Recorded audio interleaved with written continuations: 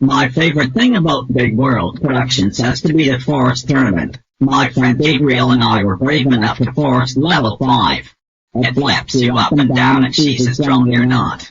Shane Spicer, he's a funny kid. So much fun. If we're just talking like off the side making jokes and stuff, Jimmy comes in and goes, hey no, you got to the chateau me. And then they don't tell me what they're doing, so then it pours of shaved tails of him really fast, so it's a lot of fun to work with him.